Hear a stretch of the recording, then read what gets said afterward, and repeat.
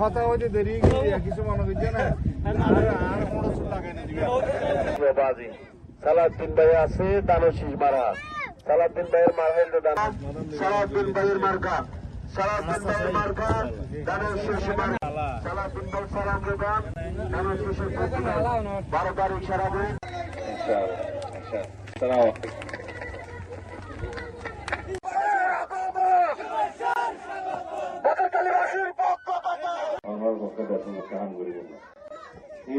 বাস্তবায়ন করতে আল্লাহ রহমতের পক্ষর শক্তি এবং এদেশের উন্নয়ন প্রগতি যা কিছু জানেন আরো শহীদের স্বপ্ন মুক্তিযুদ্ধ স্বপ্ন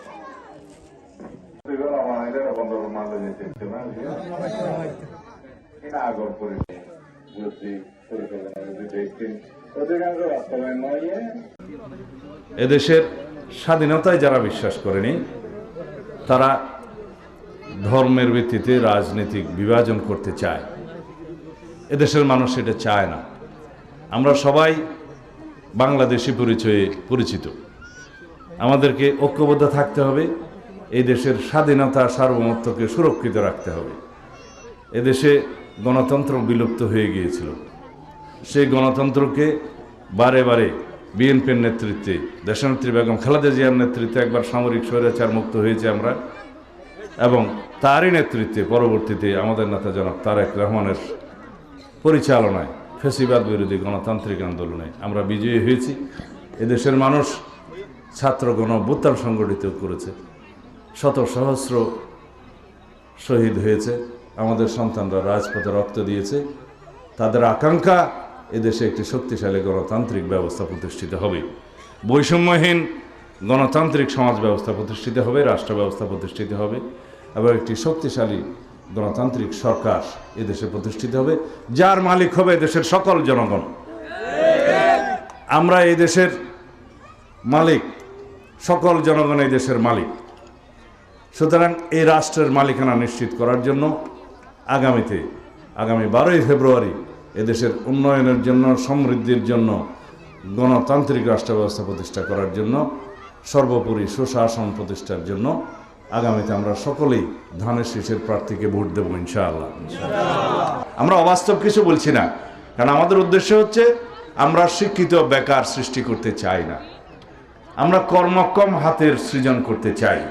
আমরা 18 কোটি মানুষ, ভবিষ্যতে হয়তো আরও বাড়বে, কিন্তু 18 কোটি মানুষের 36 কোটি হাত থেকে যদি আমরা কর্মের হাত হিসাবে গড়ে তুলতে পারি, তো এই জাতিকে রুখে দেবে আর সাধ্য আছে কারো?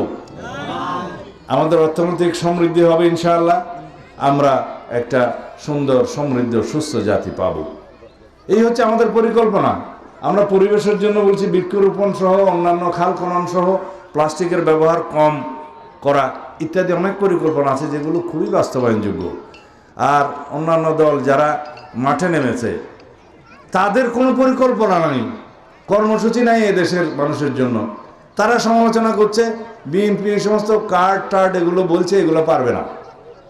আপনারাই বলেন এই সমস্ত কার্ড বাস্তবায়ন করতে পারা সম্ভব কিনা? এই সমস্ত কর্মসূচি যে পরিমাণ অর্থ বিগত সরকারের সময় দেশের থেকে বিদেশে পাচার হয়েছে, তার শতকরা 10% দিয়ে এই সমস্ত সকল পরিকল্পনা বাস্তবায়ন করা সম্ভব। আমরা আর্থিক খাতে যে বিশৃঙ্খলা হয়েছে, সেই বিশৃঙ্খলাকে যদি সুশৃঙ্খল পর্যায়ে নিয়ে আসতে পারি, ইনশাআল্লাহ সেটা করতে হবে।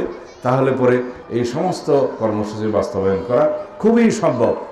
তা আমরা শিক্ষা ক্ষেত্রে, স্বাস্থ্য খাতে, কৃষকের ক্ষেত্রে এবং আমাদের মা বোনদের জন্য সামাজিক সুরক্ষার ক্ষেত্রে যে সমস্ত পরিকল্পনা দিয়েছি, এই পরিকল্পনাগুলো ইনশাআল্লাহ বাস্তবায়নের জন্য আপনারা সবাই ঐক্যবদ্ধভাবে ধানের শীষের পক্ষে রায় দেবেন আগামীতে সারা দেশে।